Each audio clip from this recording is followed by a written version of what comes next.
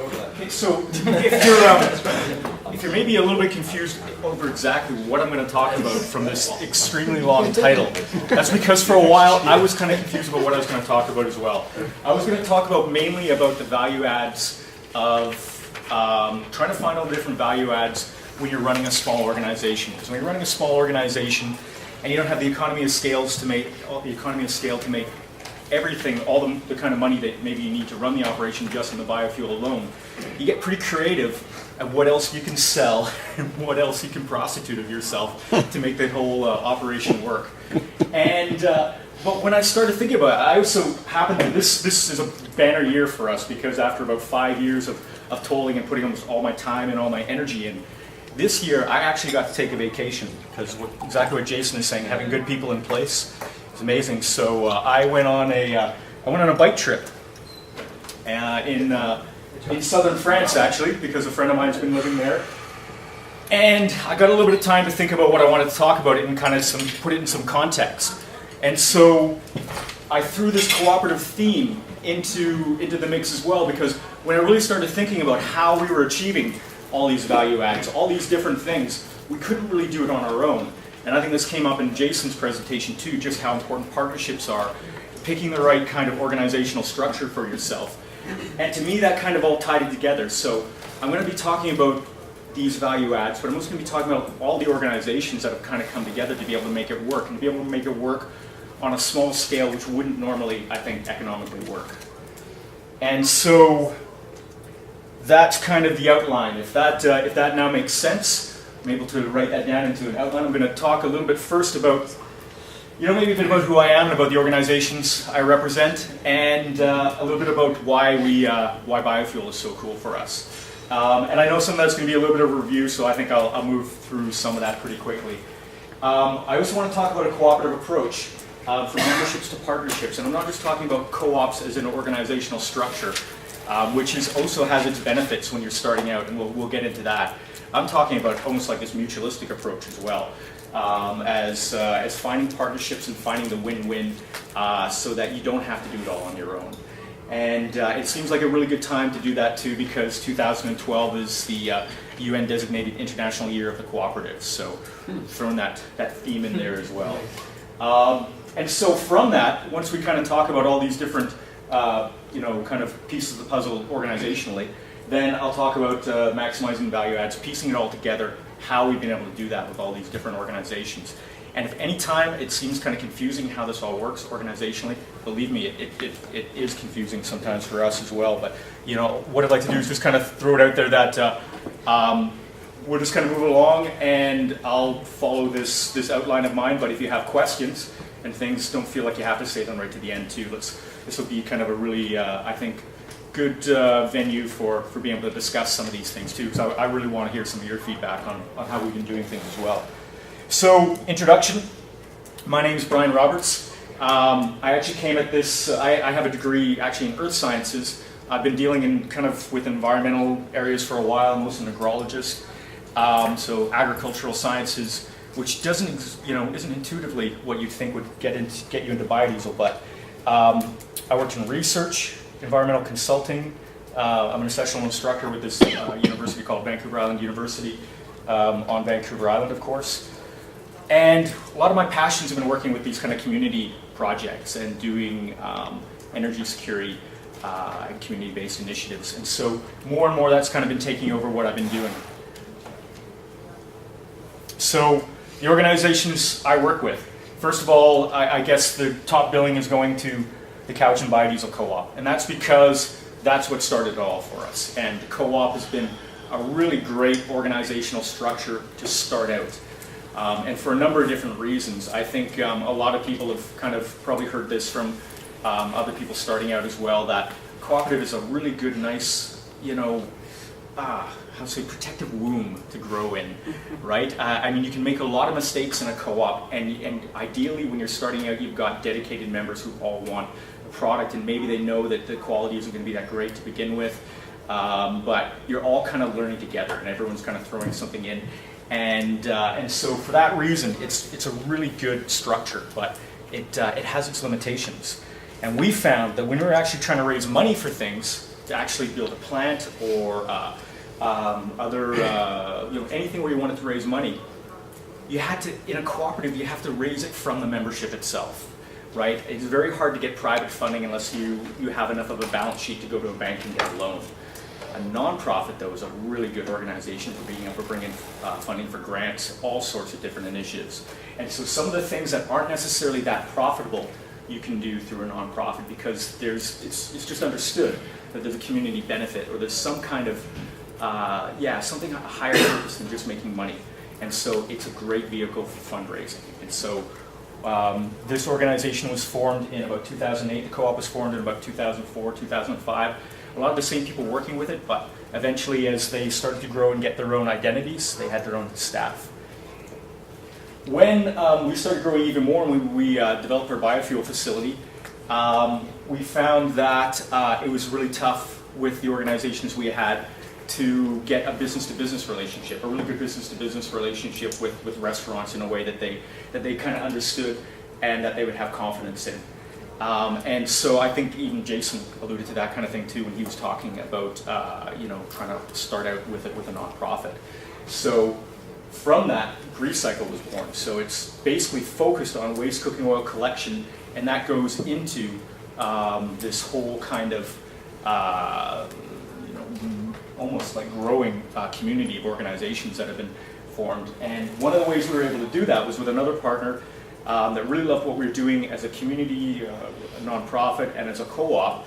And so we actually had a credit union called Van City up in British Columbia in Canada, which does amazing, amazing stuff. And they really put their money where their mouth is about supporting community. And so they actually helped fund and create this for-profit entity, which is partly owned by the nonprofit.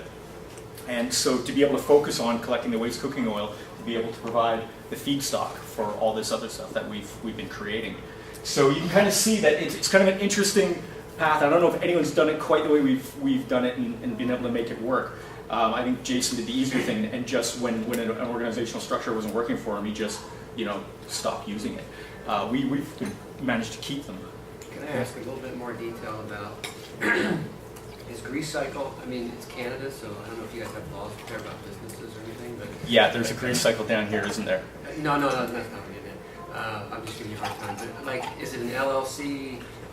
What kind of organizational structure is Greasecycle? It's incorporated.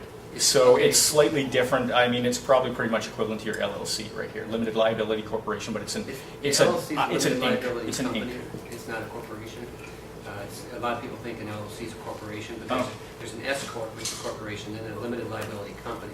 Right. So I'm a limited liability company. It's a single member LLC, so the IRS disregards it. It's all proprietorship. Right. It's complicated, but so I guess I wanted to. So you said that Cowichan Energy Alternatives is a part owner of that.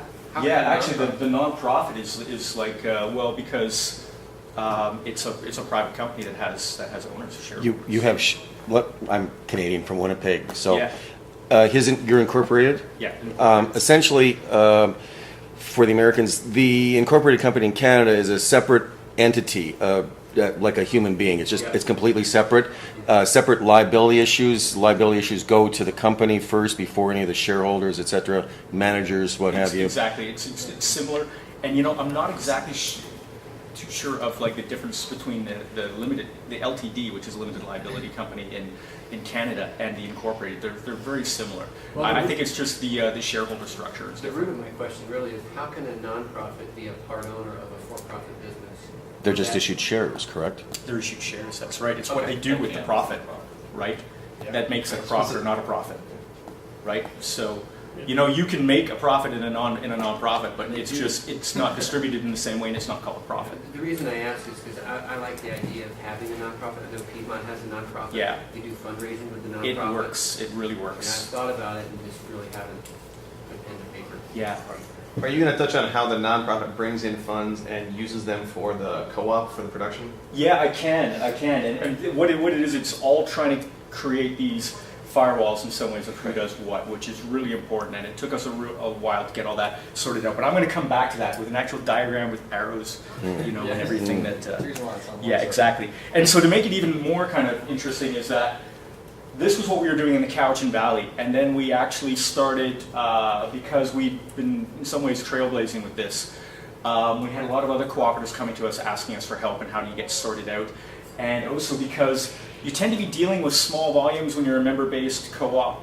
You're always looking at ways of how you can increase your effective membership base. And so actually what we're doing is we're kind of creating a co-op of co-ops too by working with these other organizations. So it's something called the BC Biofuel Network, where a co-op member in one part of BC can get fuel from any other co-op. So like you're effectively increasing the size of your co-op base, and you're sharing information, right? So as well. So you can tell that already is going to be a pretty complicated outline, and then I'm going to get into the value adds. So I think what I'll do though is talk about why we kind of went through this. So some of the things, and when you talk about how tough it can be sometimes starting out, even if it's like a for-profit company, when you're starting everything out, you want to have you want to know why you're doing it. I think it's really important. This gets you through the rough times. So energy security and resilience, greenhouse gas reductions, low carbon economy, sustainable silver buckshot solutions. I love that terminology. Like biofuel, I think everybody knows that biodiesel isn't going to fuel every car on the planet, right? It doesn't have to. It just has to fill up our cars, right? And however many people that we can supply, and then everybody else can look for another solution too. We're not going to find the silver bullet solution for replacing all fossil fuels. That doesn't take away from the importance of all the little pieces, though, of the puzzle. And realizing local potential. So finding what the low-hanging fruit is. So not, if you're going to do something for, kind of ethical and moral reasons and the environment, you at least want to do something that's going to try and work as well. And so trying to find something that, as we would call the low-hanging fruits, which is why we focused on biodiesel first. And I'll show you why that is later on with the energy return on energy investment for biodiesel. So I think probably everyone here understands what biodiesel is. So vegetable oil-based biofuel that is renewable, clean burning, biodegradable, non-toxic, carbon neutral, produced from locally available feedstocks. We use now with existing diesel engine technology, which kind of makes it a good low-hanging fruit too. So I think I'm preaching to the choir here with that. Some of the benefits of biodiesel include the mechanical benefits, environmental, health, socioeconomic, air quality and health improvements. This is a neat one. So if you're using this as your datum here, this datum represents fossil diesel emissions. And so when you're using even just a B20 blend, which this magenta color, you can see you get a pretty significant decrease in emissions. When you use a B100 blend, it's even greater. And so when you're looking at sulfates, it's a 100% reduction. The PAHs, these are the polyaromatic hydrocarbons, basically the carcinogens that cause cancer, really significant decreases. So, from an emissions point of view, it's kind of a no-brainer. And of course, it's carbon neutral. So it's not coming from carbon sources that have been buried in the geology of the planet for hundreds of millions of years, which we're now digging up and newly introducing into the atmosphere. It comes from the biosphere already. So if you're burning 100 acres of canola worth of oil every year, and as long as you keep on planting that 100 acres again every year, the carbon that you put up in the atmosphere through burning it gets sequestered again, and it's a closed loop. So that's important too, and for a lot of different reasons. But if you don't believe in the climate change issue, and there are enough people out there that don't, it doesn't have to be, there's so many other benefits. It's not something I like to get really hung up on, especially when there's not a lot of time. But energy security, peak oil, I like to think is a trump card. Even if you don't believe that climate change is significant or something happening, peak oil is kind of the trump card. There's a limited amount of it. There's only so much in the planet, and we're over the peak already. So we have to start looking for different solutions. This is a good one too, because biodiesel really got a bad name, probably 2007, 2008, with when food prices started going up, and what seemed to be so ignored at that same time was that oil had gone from something like $30 a barrel to about $150 a barrel. And when we look at agricultural production today, 90%, greater than 90% is oil dependent.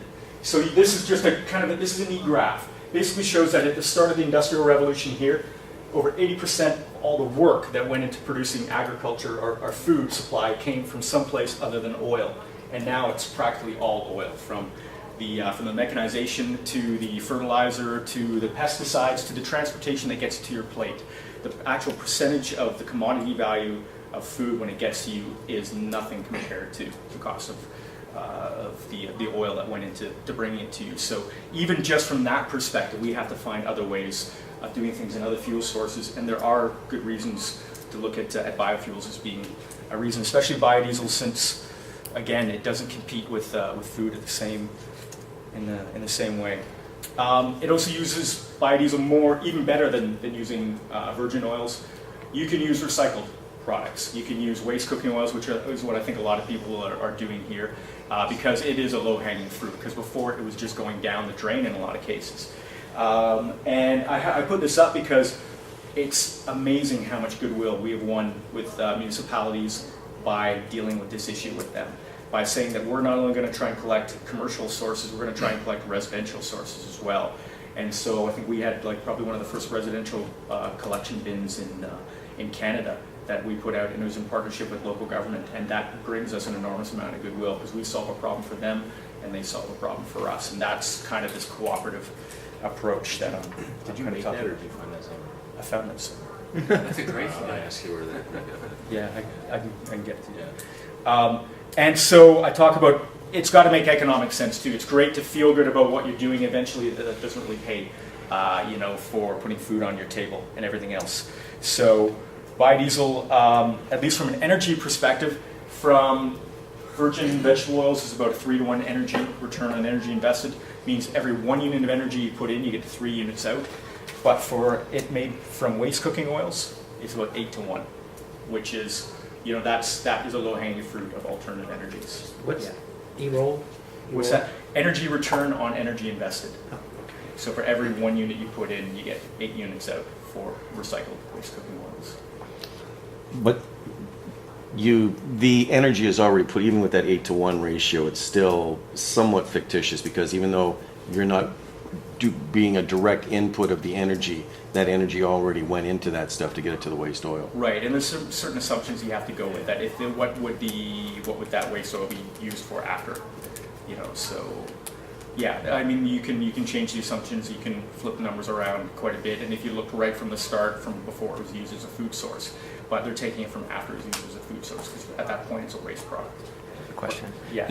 What is the starting point for this calculation? Is it after harvest, or is it including the energy that goes into Well, you would have to farm read the production? master's thesis to look at that, and Piedmont has that on their website. Okay. So yeah, Just I curious. don't want to get trapped down that rabbit hole right now. I've got a bunch of stuff to follow up on. So, which model for which situation? So my bicycle trip in France, we saw that they're really well known in Southern Europe, especially Italy, for little cooperatives, right? And so, and it works there, and it's worked for us, and it's worked for a number of small organizations. And so I was putting some thought into why that was, and how I was going to talk about that in this presentation. And then Steve, who picked me up, Steve, he took me to this In-N-Out restaurant, and it kind of hit me when I was in there that I've never been in a restaurant that had such a small menu. All they do is burgers. That's basically what they do: burgers, fries, milkshakes, and they do it in great volume. So they have one model where they can just kind of pump it out, and that model works with biodiesel too. Big plants work, making hundreds and hundreds of millions of gallons, right? That model doesn't work for a small scale operation, right? You don't have that economy of scale. You don't have those margins, to work with. And so that's why the cooperative approach tends to work on a smaller scale operation, because basically you're kind of in some ways you're spreading out the risk, the work, responsibility, and I'm not going to glorify co-ops, that much, because sometimes it sounds better than it actually is when you're actually trying to get people to do work. But at least you can, if there's no one to do the work, then you can give them a membership cost, right, to be part of the co-op. And so the people not doing the work are paying for the people who do.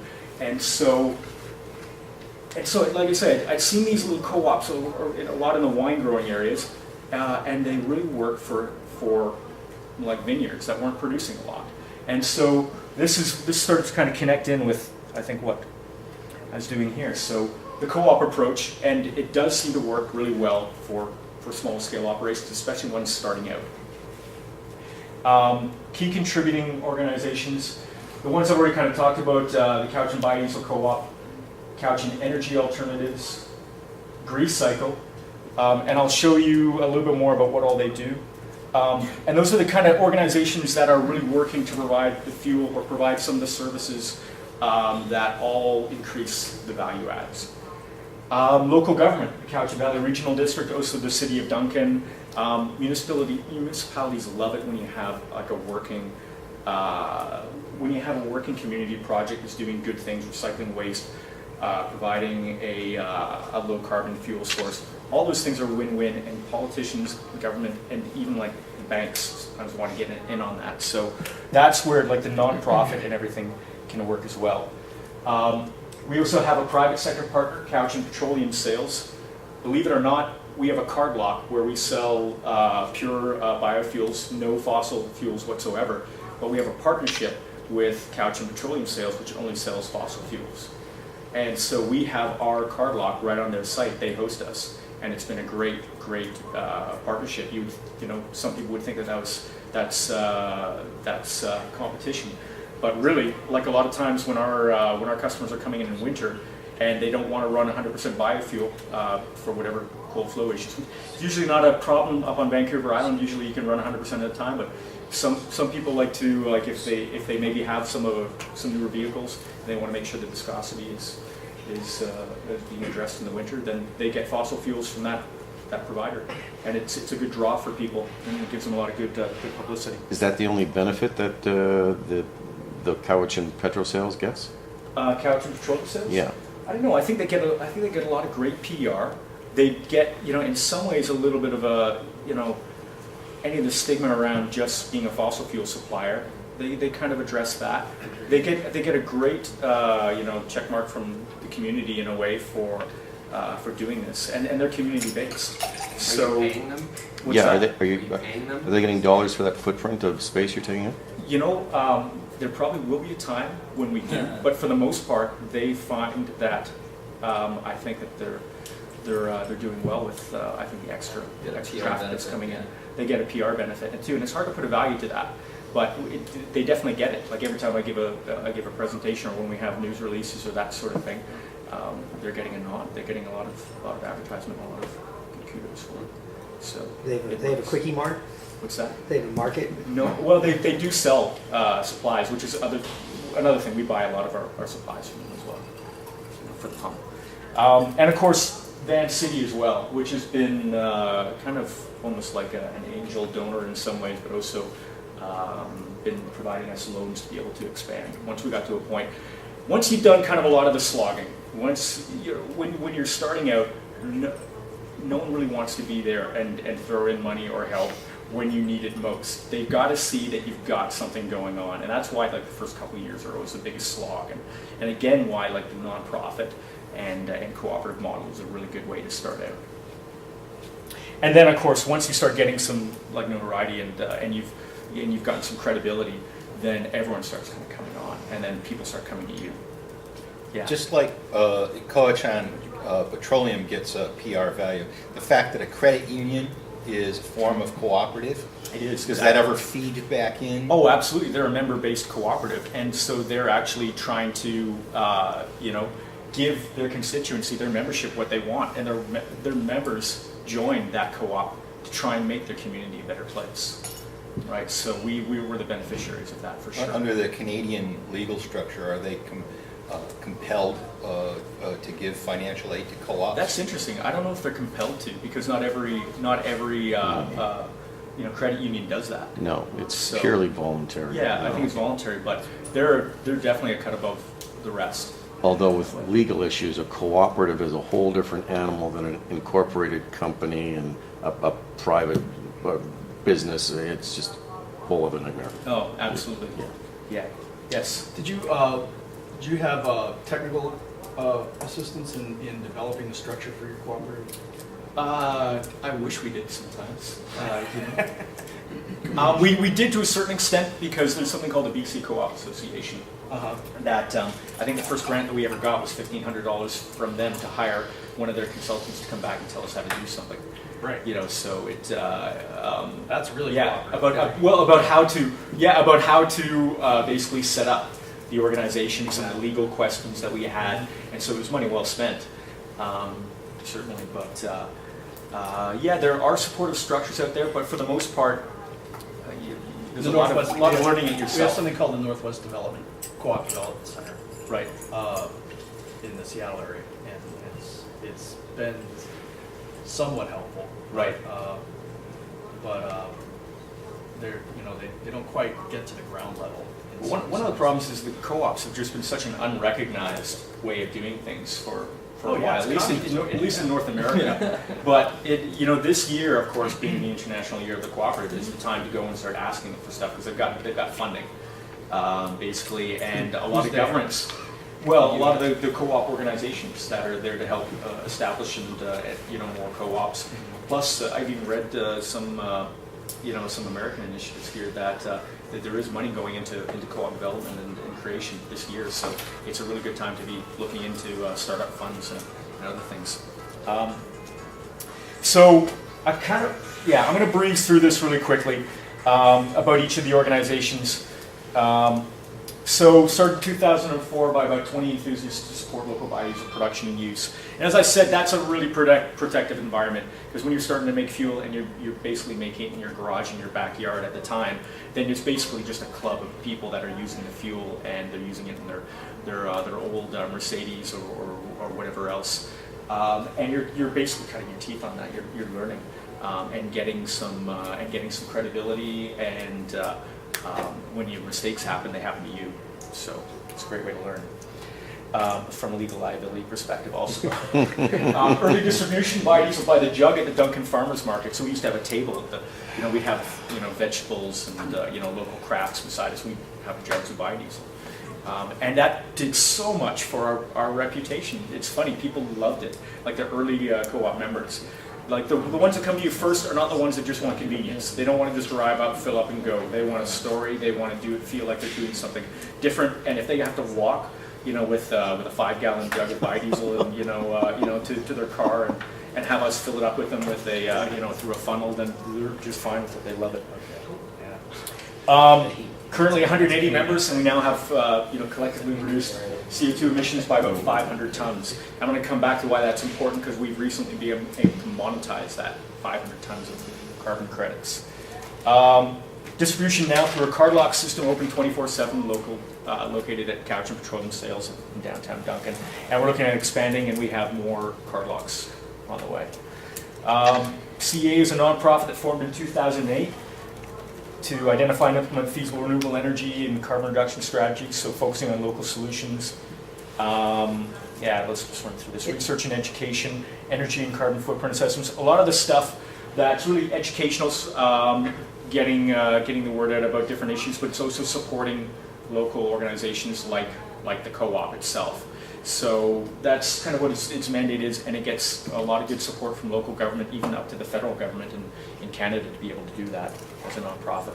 Yes? Yeah, so when you started the co-op with 20 people, what was the capacity of you guys being able to make fuel? How much we were making? Yeah. Production. That was an interesting model, because we started out as both a consumer and a producer co-op. So we had a number of people that were getting together, sharing information on how to produce the fuel. So we had about maybe 5 people producing at the time, and the rest. We kind of started out as a producers group, and it got crashed. Our meeting got crashed by a bunch of people that wanted to use the fuel, and they didn't want to get their hands dirty doing it. So how much were we producing at the time? I think probably around 5,000 gallons a year, first year or something like that. It was What like was your a batch? hobby. What It was a your hobby. What was your batch? I mean, there's like 50. Oh, it was gallons, like 100 50-gallon drum. Okay. Yeah, it was basically a hobby that everyone was getting together and sharing information and Beer hobby. what's that? It's a beer hobby. Yeah, exactly. Especially since that is way of addressing potential methanol poisoning as well. That information went around too. That ethanol is a great way of taking methanol out of your system. So and a little bit of preemptive. Anyways, that didn't happen on film. I didn't see that. So Grease Cycle came along after when we realized that the scale of what we were doing and the biodiesel production was going beyond what we could do with a little Ford F-250 with a vacuum system that we made ourselves on the back from like a, Super sucker. yeah, exactly. I wish I actually had a picture of that truck, the Jabberwocky as we called it. Anyway, formed to ensure feedstock supply for biofuels with support from Van City. So basically Grease Cycle is not just supplying waste cooking oil to our operation now. It's gone beyond where we're living, collecting from like three major cities in the area and providing waste cooking oil. Anything that we can't use, it's basically selling off to other biodiesel producers. Employee owned and operated, and actually. So, and that's another thing too, having, we found that having an employee owned and operated company has worked really well. Our employees that are working for us, they're a lot more dedicated, they take an active role in the business, and they put their own money in as well. So they're owners as well in the organization. Are you actively marketing your glycerin byproduct? Yeah, and actually I'll come to that because that's one of the things in the value adds. That's been a really important thing that we had to address, and so we did some research on that. I'll show you what we came up with. And so this is how it all kind of works, and this is under the Cowichan Biofuel Initiative. So Grease Cycle, waste vegetable oil collection, supplies of biofuel to Cowichan Energy Alternatives, which actually has the agreement with our local government to run the biofuel facility located at their solid waste management plant. So we have a partnership with like I say, local government, CBRD, and it's actually Cowichan Energy Alternatives that, and for a number of different reasons, it went to that. Largely from the, partly from the fundraising, partly because it became the place where our concentrated kind of, I guess, professional staff were, and the co-op became a little bit more of a member-based distribution co-op. So a lot of the hard work started getting done in the nonprofit to a certain extent, and then distribution to co-op members that way. And as I said, also we're looking at expanding that through BC Biofuel Network and linking with other co-ops in the province. So the Cowichan Valley Regional District, that partnership has been absolutely amazing and took a long time to cultivate. But when you have good partnerships like that, the dividends it pays off are just amazing. So it's a key partner making the whole Cowichan Biofuel Facility possible. That's what CBF is, Cowichan Biofuel Facility. Supporting the Cowichan Biofuel Initiative since 2007. And sometimes, it's been supporting it since that time. Sometimes you got to be careful what you wish for too, because it can take a lot longer to make decisions and to actually implement things when you're partnered with a municipal government than you ever would imagine possible, right? And so I used to think that we were really slow doing things. Like the speed of voluntarism I thought was slow, but the speed of bureaucracy is absolutely glacial at times. So hosting the Cowichan Biofuel Facility at Bings Creek is part of their zero waste commitment. So we were able to come into to the CBRD and basically say, we're going to help you recycle one more thing, and we're going to process it there. We're going to give you an educational facility that that students can come and learn not only about the zero waste that you do, but about especially one thing that can be recycled and is being recycled and processed into fuel that then you can use in your vehicles. And the fact that that all the municipal governments in British Columbia made a commitment to become carbon neutral in 2012 helped out enormously also, because we were then able to provide them the fuel that they'll need to try and lower their carbon footprint. Hey, Brian. One thing I was going to mention in Austin, in my presentation, I forgot to mention this, but the recycling place that we have our oil dropped off at, we give them a credit of 4 to 1. For every 4 gallons of used cooking oil that the residents drop off, we give them credit for biodiesel. That's great. We do that in addition to trading for rent. Yeah, we have some similar setups with other organizations. We have, like, recycling companies are great partners to work with. So we have a couple of recycling companies that are collecting waste cooking oil with us. It's funny for building upgrades. Now this is the really interesting thing as well. So we're located in a building on the CBRD site, and we don't own the building. It's their building, so we're leasing it from them. So it's this really interesting thing that we're able to access funding for building upgrades that only the government would be able to access because they own the building. So there's kind of an interesting, benefit to that partnership. Commitment, and that's gas tax money, which is also very kind of poetic there too. Yeah, That money that people are, paying for, for buying fossil fuels goes back to municipalities. Their portion of it goes back for them to build green projects and infrastructure and that sort of thing. And we were able to tap into that a bit. Commitment to purchase biodiesel to meet their carbon neutral commitments. Cowichan Petroleum Sales, I talked about this already, private fossil fuel supplier, hosts our card lock, sells only fossil fuel, and the co-op only sells pure biofuels, and it's a great, non-competitive, mutually beneficial. Do you sell ethanol? What's that? No. Well, yeah, we're kind of thinking right now we've got enough things, but eventually I think we'll look into ethanol too. Brian, can I ask, maybe I missed this, are you selling biodiesel to anyone besides co-op members? No. Okay. You have to be a co-op member. What is your volume? Is that something? Our volume right now is still like relatively low. It's by other people's standards. So I got to do the mental math here, convert it to into gallons. So 10, maybe. What's that? Liters are fine. Yeah. Get Well, it later. well, so you divide by about 4 anyways, right? So I think we do about. We're doing about 200,000 liters a year right now, so maybe about 50, 60,000 gallons, right?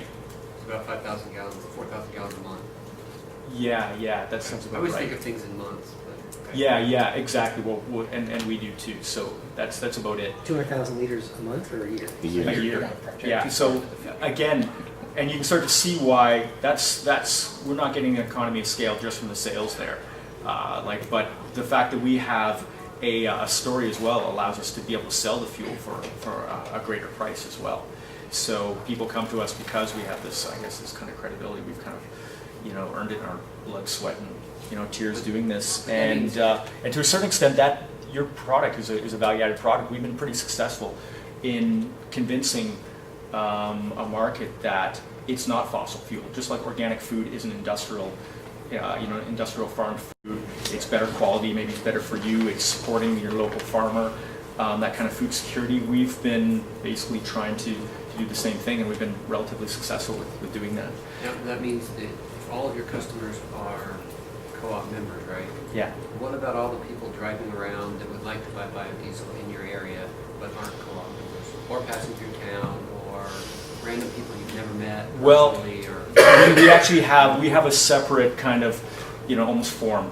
Like, and a lot of it comes to liability and stuff too. Like when and that's why the co-op structure is also very good. We don't sell to the public; we sell to ourselves. Okay. And in a way, we're kind of like a private Right. club. And so people that come in from outside the co-op will want to be able to use it. There's basically just like a temporary membership form that they can sign. They don't have to pay the membership fee, but we definitely want to support people being able to use it. And that's what we've done for other members of other co-ops that come through. And every now and then there's music festivals all up and down the island in the summer. So we have people driving through and they want to drive on biofuel, but they're not going to join. Right. So we just have a separate kind of like a liability waiver. And so then you have to be there physically with them. They couldn't just come through and use the card. No, we can give them like a guest card.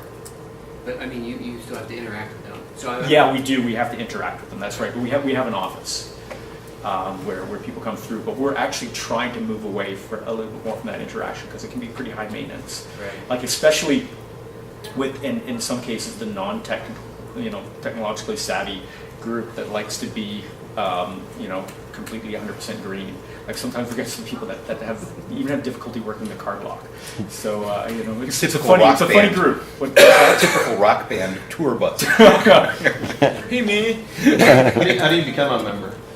Just membership form, number of dollars. Yeah. So you have to buy a voting membership, which is $5 in our co-op, Whoa. and there's a $50 annual membership fee.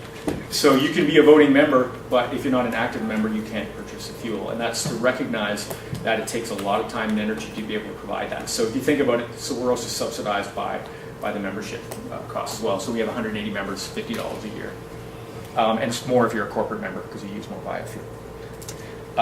Provides loans and grant. Yeah, so I think I went through this also, like some of the benefits of Van City Credit Union. I'm going to make sure I keep an eye on my time. What time do I have till again? 2. Till 2? Okay. So I'm going to start moving along here. 215. 250. Oh yeah, perfect. Yeah, I thought I had it. Okay, so yeah, and this is kind of a list of our partners, you know, some of the core ones. And if I were to put an extensive list up there, you wouldn't be able to, I mean, I wouldn't be able to fit it all on the screen. And Jason did, I noticed, you know, the parallels with Jason's talk this morning too. Great. Because Jason recognized just how important this is, these partnerships. And same with us, like we wouldn't be where we are right now without, you know, all the partnerships that we've cultivated. And sometimes it takes a long time to be able to do it. It takes a lot of effort.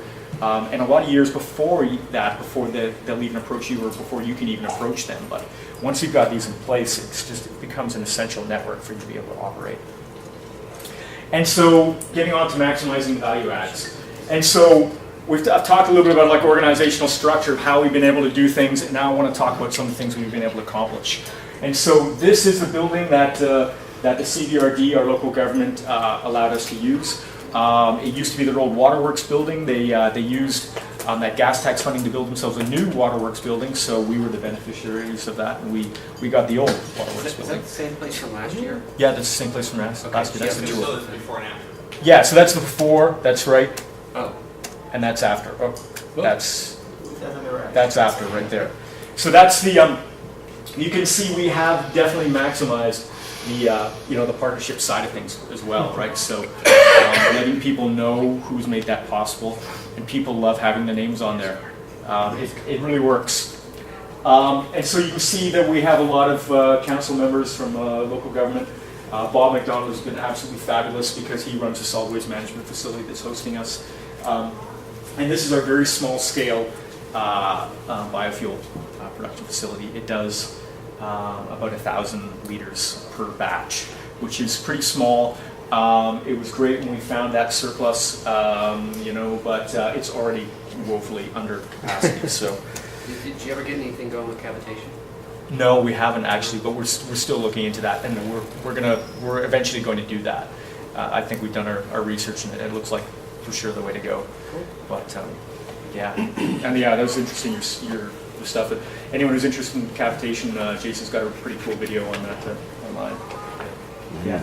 So, and the waste cooking oil. So, yes, we make the biodiesel, and one of the things that I think I said in the outline of my talk was that it's not just about making the biodiesel. So you can see by the type of volumes we're talking about, you know, how can you really sustain an operation just on that low volume? It is going up, and it's going up quite fast. But really, we had to make sure, of course, that we had a good supply of feedstock. And so one of the ways of being able to expand and collect feedstock and to get support from the community and local government to be able to do it is to try and solve their problems as well as solving our problems.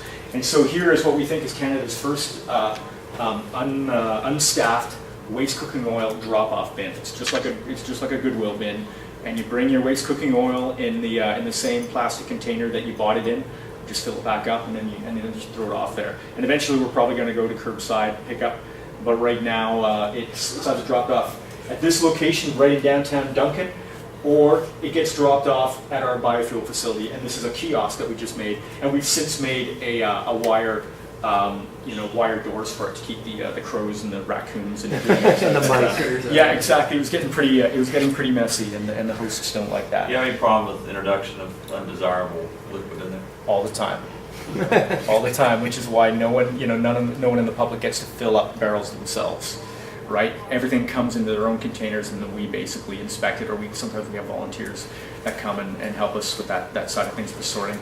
Yeah, it's a little labor intensive, but as I say, the goodwill that we get from local government, it makes it all worthwhile. And a lot of times, the oil that you do get, it's like pristine. Like Yeah, you cook with it a couple times, and you can almost pour it right into your tank. Yeah, it's really So yeah, it's really good. And so, and a lot of the other stuff like the bacon fats and other things.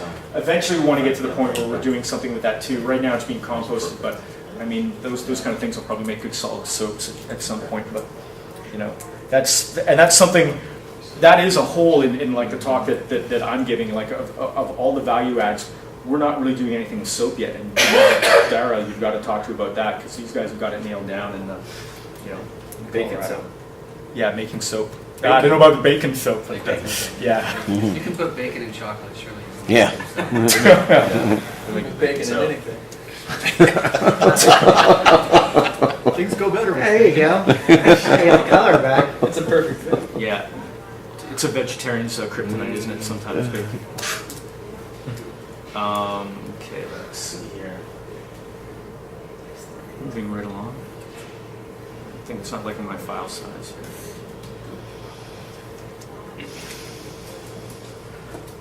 Okay, just a minute here. Let me do this again.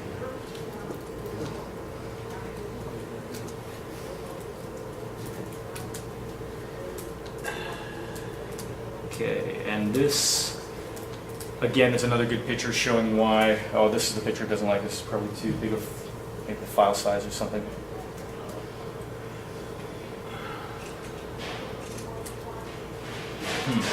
Okay. Anyways, I don't know if you can see that right there. This is basically why municipalities love so much when you keep waste cooking oils out of the wastewater stream, because we have these. It's been a great platform for public education to be able to talk about why you don't dump your waste cooking oils down the sink, and it'd be great to be able to put a value to that, how much we've been able to save municipal governments. But maybe in a few years we'll be able to look into that. But it's also interesting is that just how much waste cooking oil supposedly goes down the sink. We had a in the Capital Regional District, which is Victoria, the capital of BC. They did an engineer did research there that basically said I think 1.5 million liters a year goes down the drain, or about like 400,000 gallons, and that's a pretty small city, Victoria. So that's pretty substantial, and that also kind of makes it worth our while to go after that too. So feedstock, of course, very important, especially in a small operation like ours. Yeah, so here, not sure what's going on. I'm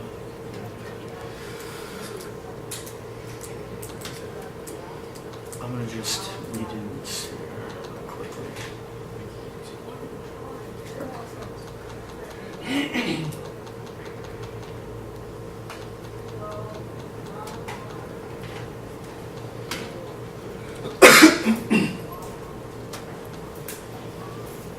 Okay, there we go.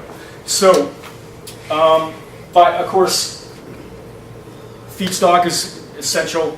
Like when you're trying to control the cost of your inputs, when you're not selling a lot of fuel. So the people that I hear about most that are able to get by without their own cooking oil collection in a biofuel operation are the ones that are making, millions and millions and millions, and they're sourcing from every different area to try and shave off a couple cents. They can do it. If you're a smaller scale or medium scale operation, you've got to be able to secure that feedstock. You've got to be able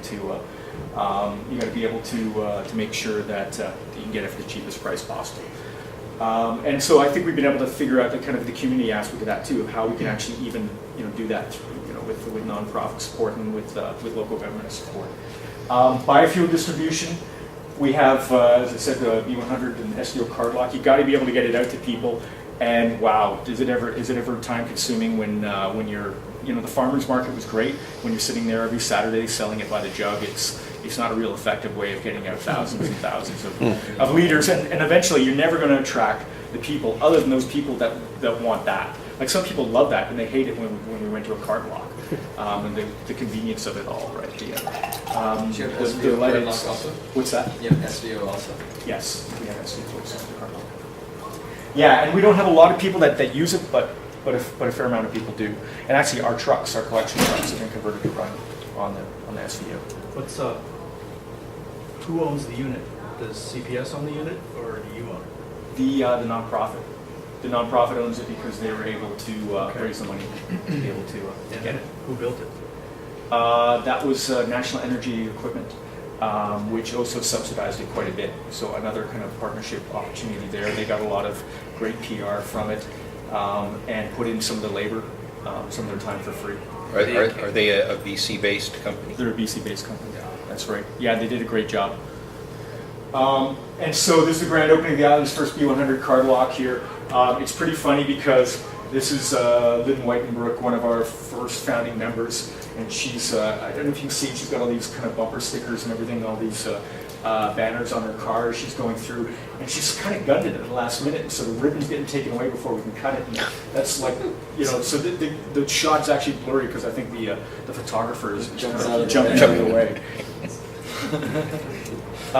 And so, coming back to this picture again, you can see how we're doing it in the Cowichan Valley anyways, and so, but again, you're always kind of looking for those ways to try and increase, like either you know, your sales, or what other ways you can get value from what you're doing. And so that again is where the BC Biofuel Network kind of came in. So we've kind of learned a lot from this, and rather than have a whole bunch of other you know maybe starting co-ops have to go through the same growing pains, we're actually packaging everything that we've done and making it like available to them as almost like a franchise. That's right. And so we're also creating the infrastructure to be able to make it really easy for them to set a card lock up in their own community as well. So that's why we've been working on all the card lock technology, and why I think it'd be really good to get any people that are interested in some kind of ghetto card lock options, like some cheaper ones that with good point of sale, swipe and internet-based purchasing. Then we should probably get together and talk about that. We've kind of gone a long way with our research with that. We're not finished yet, but we intend to have that once we have that established. Then we can set that up with a number of different co-ops and help them out and help them probably get the funding and get some of the funding back ourselves for doing it. The cards are all prepaid, right? They have to load the cards Ours up. are right now, but we're going to try and move away from that system. So our card lock right now is a prepaid system, and it's a little bit more high maintenance than what we want. Like, we really want people to be able to put the money online themselves. Yes. They can't do it with this, right? Well, they can pay online through PayPal, but we haven't got that interface.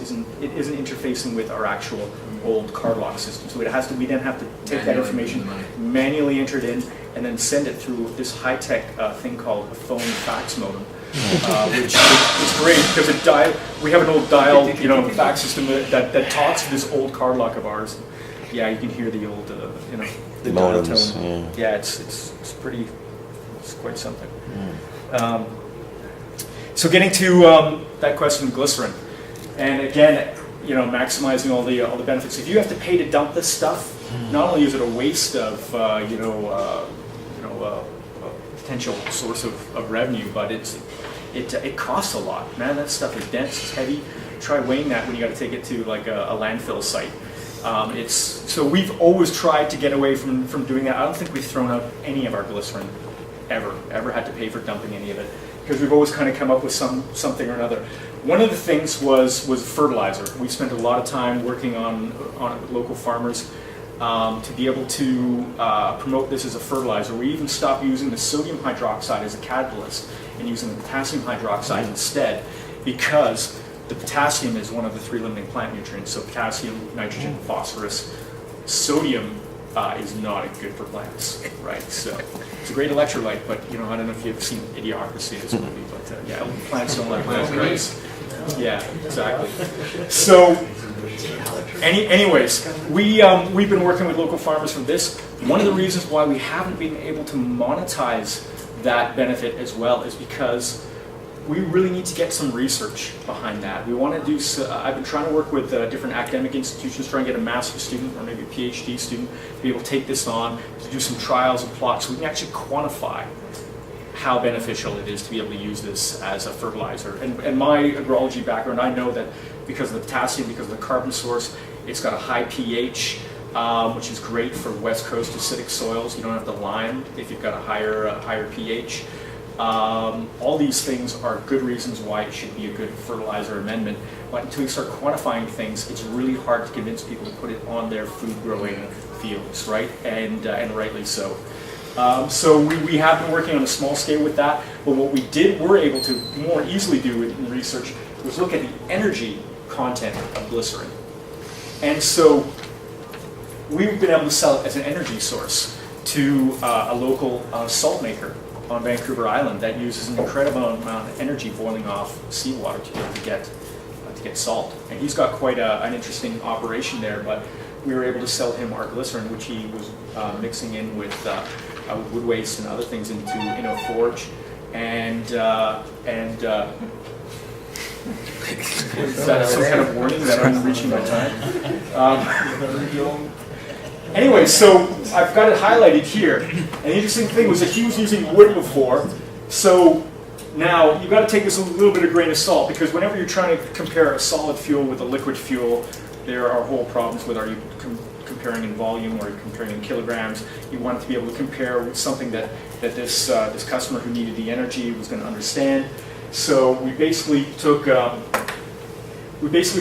compared it to a quart of wood, how much it was, how much energy was in it compared to a quart of wood. And actually this spreadsheet right here is comparing it, putting the energy content into about a drum's worth. And yeah, so like I say, just bear with me here because there isn't really a great drum of softwood, lumber or hog fuel. It's a little bit easier, but this is how we ended up converting it. And you can see that the energy content here in megajoules per liter for glycerin is quite high, 18.75, especially when you compare it to softwood, which he was paying for. The dollars per gigajoule, we get down to about 13 compared to 9. And then when you compare it to biodiesel, B100, it's like $42 per gigajoule. So we've just given this guy a very affordable, liquid, much easier to use fuel, much more concentrated fuel for a really good price. And so when we, and this is all, this was what was so important with,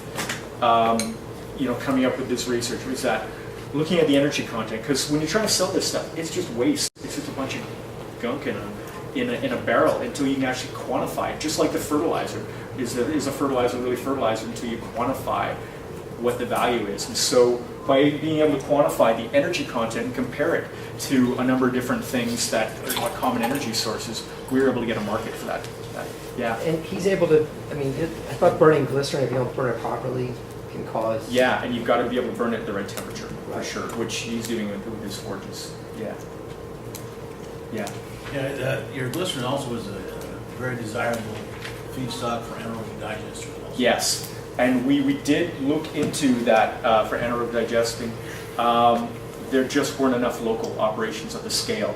I mean, glycerin actually, there's something else I could have added here. It shows that about a 10% addition of glycerin to anaerobic digester increases productivity by 15%. Is there a report, because those are all just kind of anecdotal. I've never found a report to show. Oh yeah, there's definitely reports. Actually talked to Atul about it. He gave a presentation a little while ago. They have a report on the effectiveness of adding glycerin to an anaerobic digester. And like I say, unfortunately, there wasn't anything around us. And you know what? People that are running large-scale anaerobic digesters aren't in the habit of paying for their feedstock right now. They're getting everything they want for free. It's okay, as long as they don't have to keep hauling it. Doesn't really matter. Yeah, exactly. Are you pulling out your methanol? Are you pulling out your methanol? Well, we have two different prices. See, we have the glycerin without the methanol when we pull the methanol, and we have the price with methanol.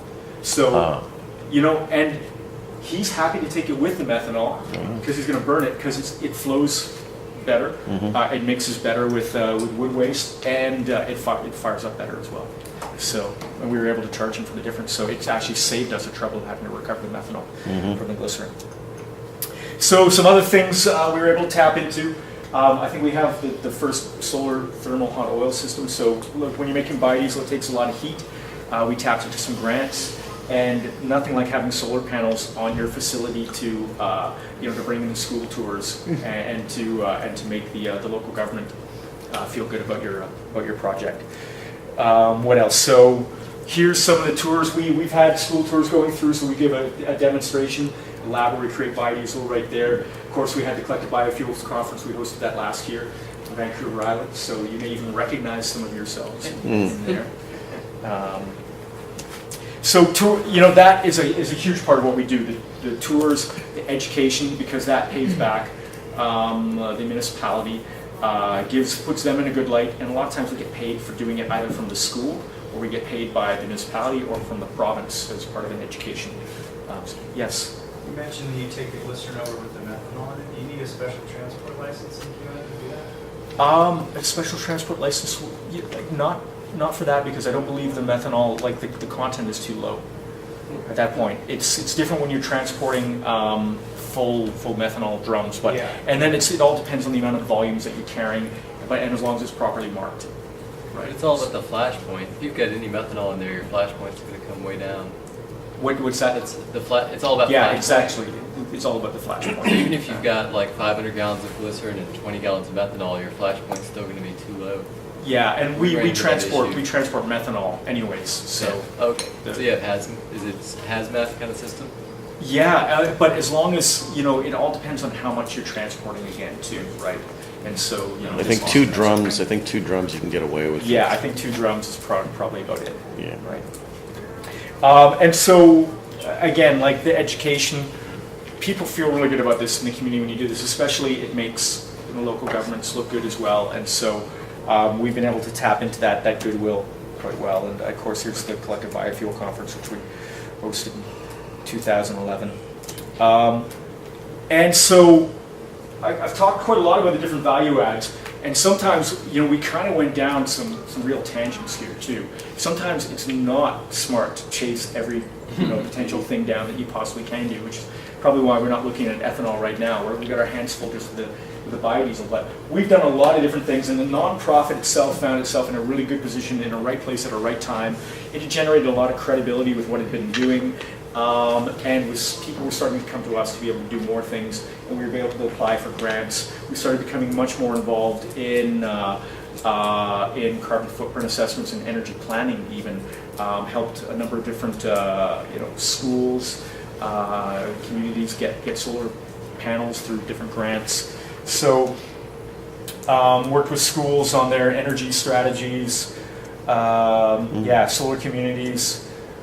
We actually ended up, and this was my kind of consulting background, I guess. We started actually developing a consulting service through the nonprofit as well, which really works for some organizations as well. Like Cowichan Tribes is our First Nations community. We call them First Nations up in Canada. You know what it means? It's like the native population. And so we have one of the biggest First Nations bands in Canada, the Cowichan Tribes.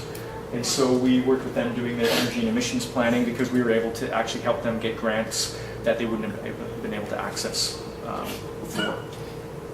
So they became one of the first First Nations communities to do a carbon footprint assessment and do their energy planning and emissions. But again, that year nearly killed me, because although like there are different organizations doing it, and we hired people, you're still kind of overseeing a lot of it. And so you're trying to maximize the value add, but getting good people in place is also important. But you just got to be careful that you don't overstretch yourself as well. And so this is one of the things that we're kind of most happy about right now.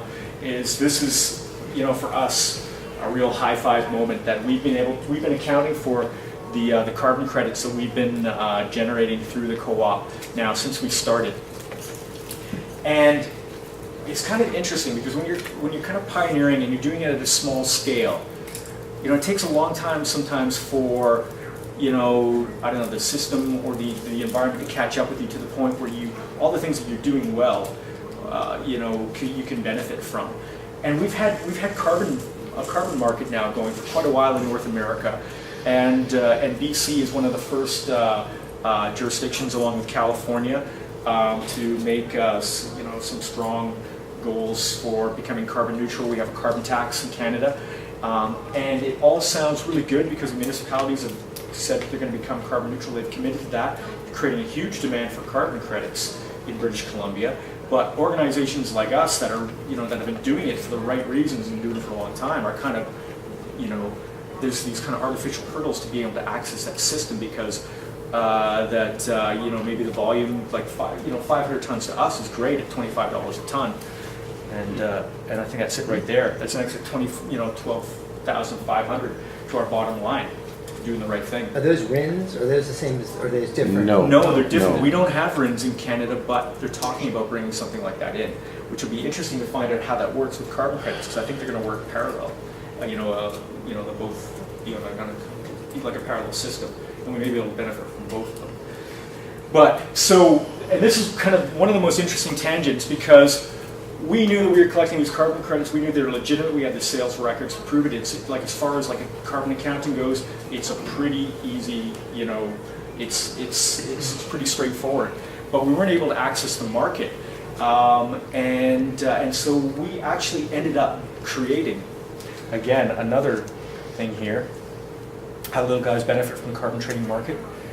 We ended up getting a grant to produce community carbon marketplace, so actually to create our own carbon trading system, if you can believe it. But- Like, so to add that on top of. The farmers in Saskatchewan were able to get carbon credits from these carbon credit brokers that were running around Saskatchewan Oh, yeah. last year, the year before, buying up and giving farmers like $1,300 to $1,500 for whatever, but it was a backlog of about 3 or 4 Oh, years. interesting. So I'm really surprised that you In were. BC, it seems to be, and actually there's a little bit of a boondoggle in BC about it because when they brought in this carbon tax and it became mandated that the municipalities had to be carbon neutral, they didn't have the carbon credits basically to be able to provide for all these municipalities. And of course this means all public institutions too, hospitals, schools, all have to be carbon neutral. If they couldn't get it, become carbon neutral through their own operations by limiting their emissions, they had to purchase the carbon credits. Yes. Now, where do you get all these? Yeah, where do you buy them, so right? where do you buy They them all? exist, yeah. So the province came up with something called the Pacific Carbon Trust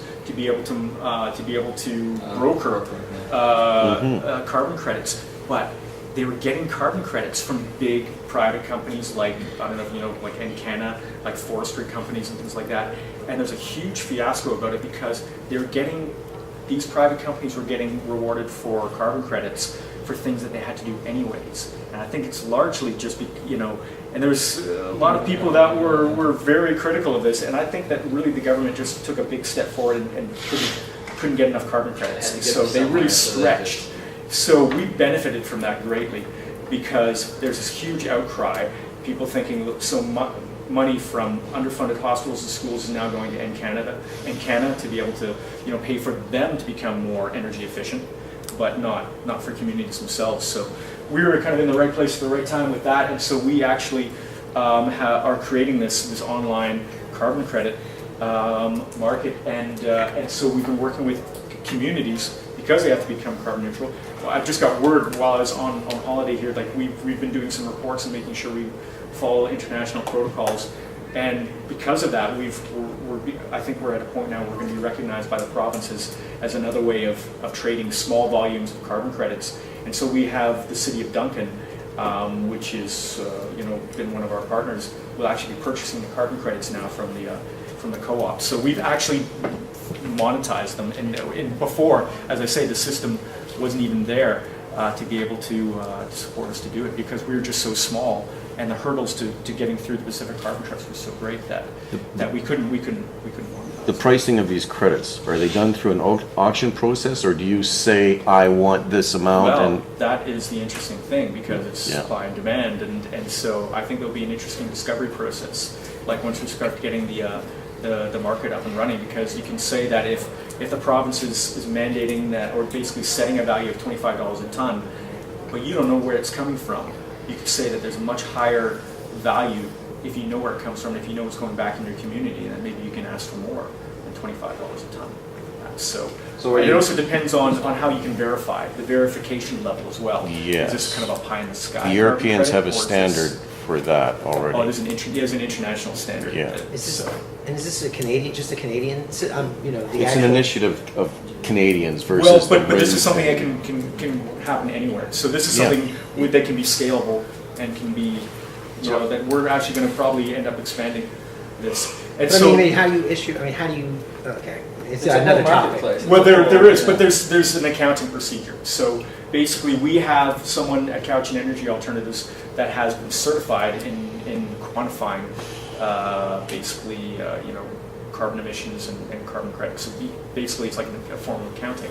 And you go in, and there's a whole verification process. There's international protocols that you have to follow to be able to prove. And then there is outside verification as well. But you can start to see that this makes it really pretty onerous for someone who's like some small community group that maybe doesn't have carbon credits. Yeah, exactly. The consultant's going to want 10 grand for looking at it. Okay. Mhm. So in the U.S., there's a system called carbon registry. right, It started out in California, and now it's Mhm. national. that's right. Yeah, and that actually is providing a lot of guidance up in British Columbia also, the California Climate Registry. So that's kind of, this one was really interesting, and I think you're kind of seeing it I think a lot of people coming now are probably going to benefit a lot from the fact that, like, in early days when you're doing a lot of this stuff, like when you're dealing with municipal governments, you're trying to get permitting and stuff, nobody knew what you're talking about with biodiesel. A lot of times, they would just default to putting you into diesel, or like a fossil fuel category, and they want you to try and meet all those, those regulations and those safety hurdles because they didn't understand the difference. To them, it was just fuel. They didn't know that it's non-toxic, biodegradable, and non-flammable. And so you kind of see, and this is kind of reflecting that too, is that you get to the point where you're kind of ahead of the game, but everybody kind of wants to be there, and you just end up almost having to create your own system, or to be able to facilitate what you're doing, and so that's kind of maybe almost like a sub-theme of what this talk has been also, right? Is that to be able to realize the value for everything you're doing, sometimes you have to go to some pretty crazy lengths to be able to do it. But this one is going to be huge for us because now there's other organizations that are going to be coming to us to market their carbon credits. So we're actually doing the carbon footprint assessments for them, and they're going to be marketing it through this marketplace. And now we're actually doing the brokering too, where we're matching up the people making the carbon credits through emissions reductions, some good green projects in the community. We're matching them up with municipalities that have to become carbon neutral this year. And those are only Canadian. Like you can only generate carbon credits. Like it's not an international market. It is absolutely. So someone here in the U.S. could sell you carbon credits. Are you looking That's for? right. No? Yeah. So there are actually two models going on in the in Canada right now. So there's one that the municipalities become carbon neutral. They can go out on the open market and they can purchase those carbon credits. And those carbon credits are the same internationally. They can be sold anywhere in the world, and they can use those to limit their carbon footprint. Or partly I think because of the backlash over this the sort of carbon trust in BC, the government really took a step back and started supporting ways that money could be directed back into the community. And so we've been able to tap into that. And so there's a way that's a little bit less of an onerous procedure. But when the local government takes those carbon credits, they can't sell them anywhere else. They're only good for meeting their carbon neutral commitments. So it's kind of like a lower rung of carbon credits. And so, anyways, I think that's so now there's this other way there's kind of this other banner that all these organizations kind of work under and monetize the good, the carbon credits from the good things that they're doing as well. And so I want to end off with some key challenges.